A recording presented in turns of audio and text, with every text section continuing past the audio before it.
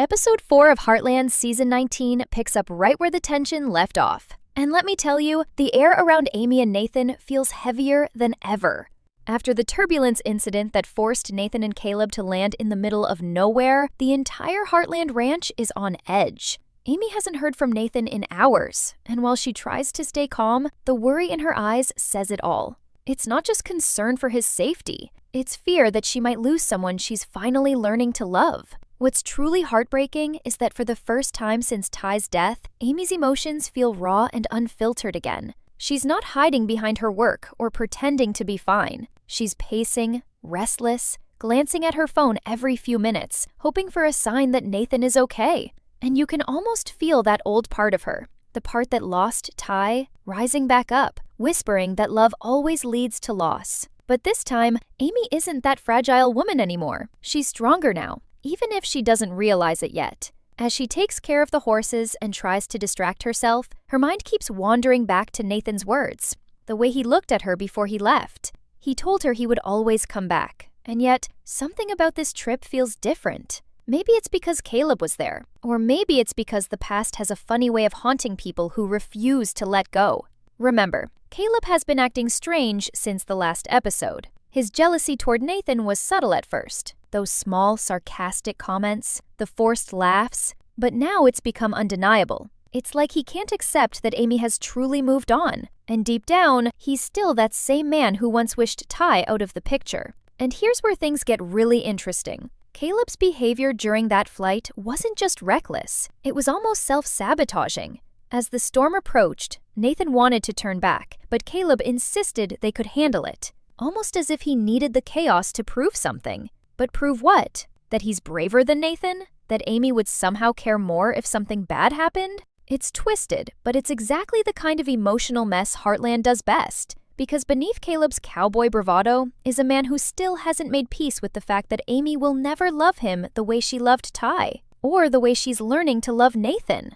Meanwhile, back at Heartland, Lou is trying her best to hold everything together, pretending like she's not worried, but you can tell she's terrified for Amy. She keeps saying things like, "They'll be fine, Amy," but her tone cracks every time. Even Jack, who's always the calm voice of reason, seems tense. When he says, "Nathan's a good man," there's a flicker of doubt in his voice, almost like he's questioning whether Amy's heart can truly handle another storm. And honestly, who could blame him? After everything Amy's been through, trusting love again is no small thing. But let's not forget, this is Heartland. Nothing ever stays peaceful for long. When word finally comes in that Nathan and Caleb have landed somewhere off-grid, Amy's relief quickly turns to confusion. The message is vague, something about them needing to stay put until the weather clears. But here's the twist.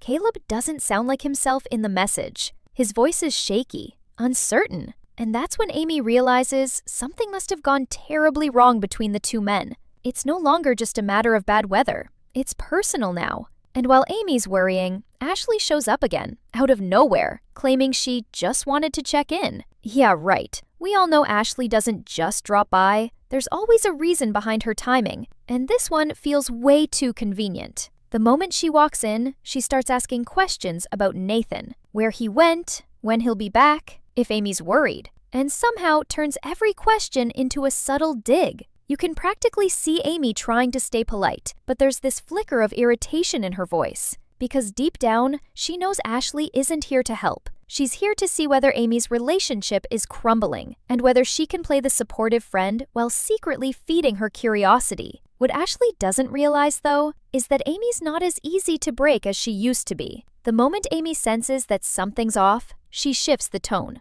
Instead of letting Ashley control the conversation, she calmly says, "Nathan will be fine. He knows what he's doing." And in that moment, we see a glimpse of the woman Ty always believed she could become. Strong, confident, and ready to defend the love she's building, even if the world seems against it. The storm outside may be brutal, but the storm brewing between Nathan and Caleb is far worse.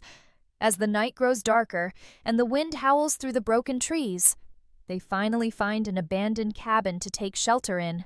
The silence between them is heavy, almost suffocating, as if the air itself knows that something unspoken is about to explode. Caleb tries to keep things casual at first, making a few jokes about the weather, but Nathan isn't playing along. His eyes are cold, distant, the kind of look a man wears when he's done pretending everything is fine. And honestly, who can blame him?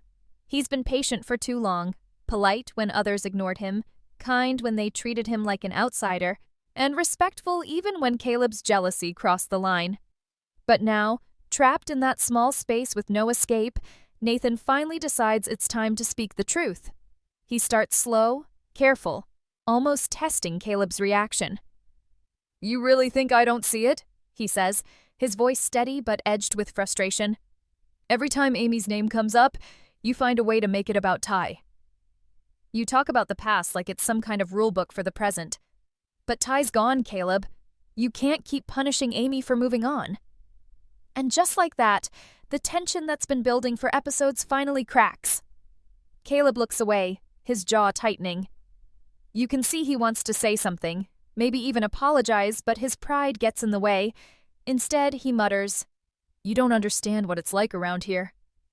You don't get what Amy and Ty meant to all of us." That's the moment Nathan's patience snaps. "No," he fires back. "You don't get it. You think you're defending Ty, but all you're doing is making Amy's grief harder. You keep comparing every man who loves her to someone she lost. You think that's loyalty, but it's cruelty."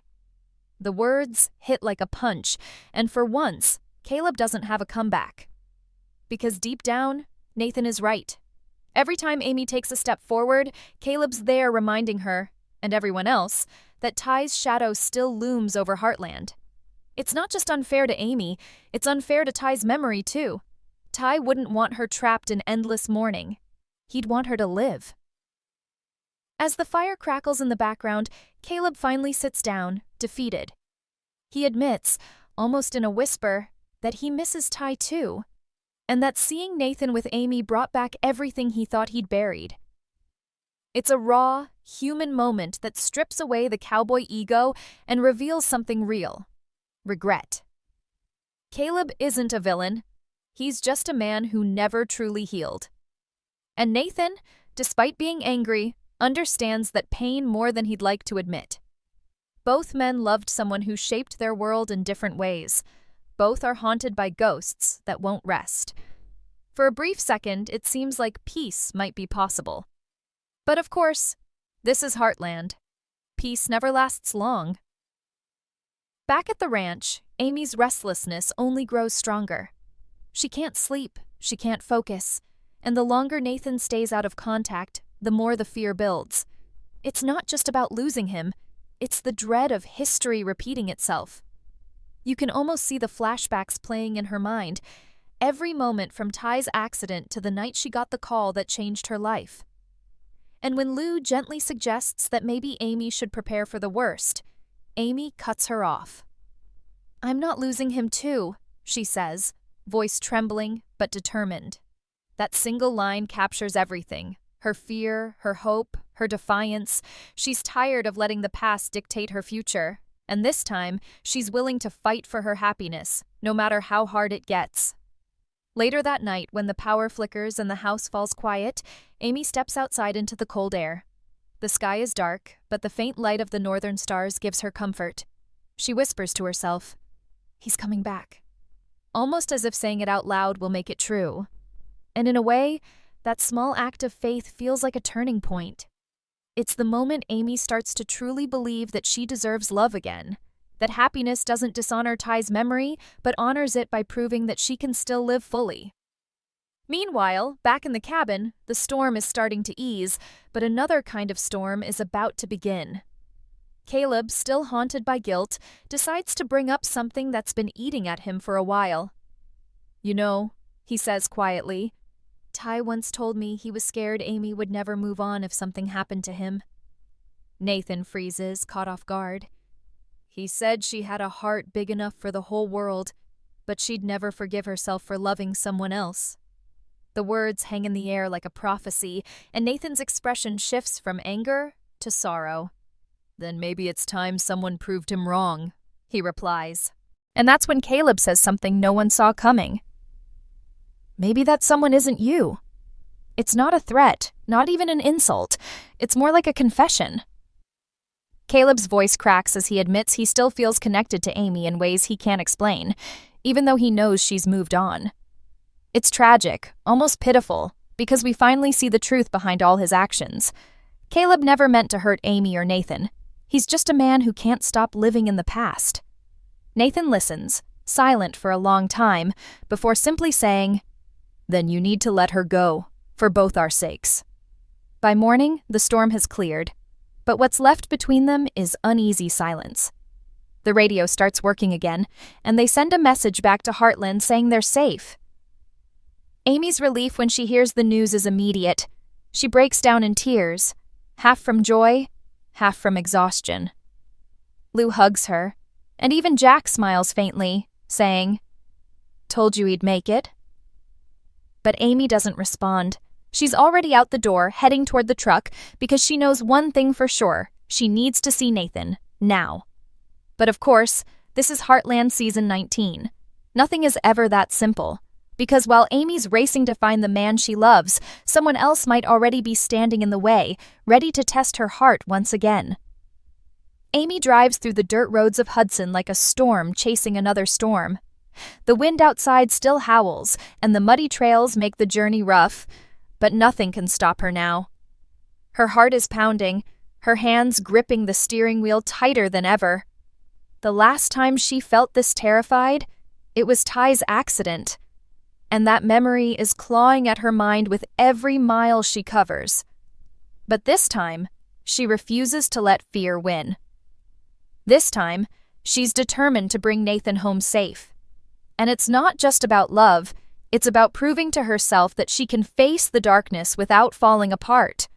Every bump on the road, every flash of lightning feels symbolic, like the universe testing her strength one more time.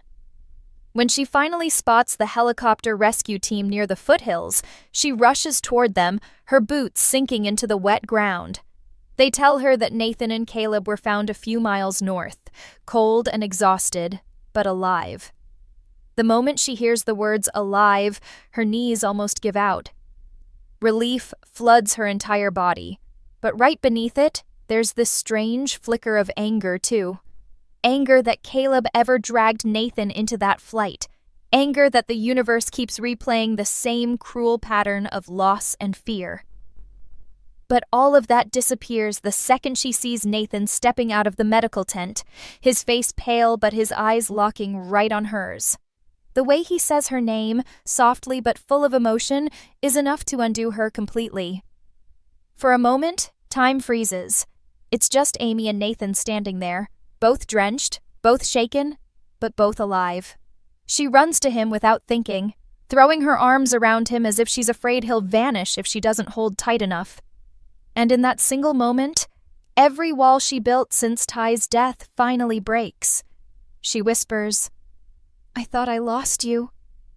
And he just smiles faintly, whispering back, "You never will." It's raw, it's simple, and it's everything Amy needed to hear. You can almost feel her heart remembering what it means to hope again. But of course, nothing in Heartland ever ends without a twist. Just when it seems like things might finally settle, Caleb approaches, his face shadowed by guilt. He looks at Amy, then Nathan, and for a second, it seems like he might apologize, but instead, he quietly says, "I shouldn't have gone up there." His voice is low, almost broken. Amy nods but doesn't respond, and that silence speaks louder than any argument ever could. Because even though Caleb made it out alive, something in their friendship didn't. The trust they once shared feels fractured now, replaced by this awkward distance that neither of them quite knows how to bridge. Caleb tries to meet Amy's eyes, but she's already turning back to Nathan, holding his hand like it's her anchor in a storm that still hasn't fully passed. Later that night, back at Heartland, everything feels different. The ranch is quiet, but it's not peaceful. It's heavy with unspoken words. Amy sits by the fireplace, watching the flames flicker, lost in thought. Nathan joins her, a blanket wrapped around his shoulders, and there's this comfortable silence between them. No big speeches, no dramatic confessions, Just the quiet understanding of two people who've been through hell and made it out together. But then, Nathan finally breaks the silence. "You know," he says softly, "when the plane started shaking, all I could think about was you." I wasn't afraid of dying. I was afraid of not being able to tell you how I feel. Amy turns to him, her eyes already glistening, because she knows exactly what he's about to say. And when he does, it's simple, honest, and completely disarming. "I love you, Amy." It's the kind of moment fans have been waiting for since Nathan first appeared. Not forced, not rushed, just pure emotion that feels earned. Amy takes a long breath, her voice trembling when she replies, "I love you too, Nathan. I think I have for a while, but I was too scared to admit it." It's not just a confession, it's a release, a healing moment years in the making. For the first time since Ty's passing, Amy lets herself love fully without guilt. But just as that warmth begins to settle in, the camera lingers on Amy's expression, hinting that something deeper is still unresolved.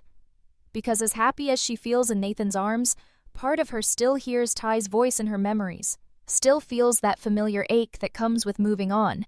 And then comes the turning point that no one saw coming. The next morning, Lou bursts into the barn, holding her phone, her face pale. She tells Amy there's been news.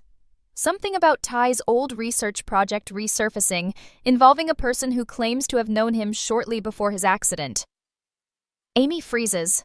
It's been years since she even heard Ty's name connected to something new, and the timing feels impossible. Lou tries to brush it off as probably nothing, but Amy can't let it go. The idea that someone out there still has a piece of Ty's story feels like fate knocking on her door again.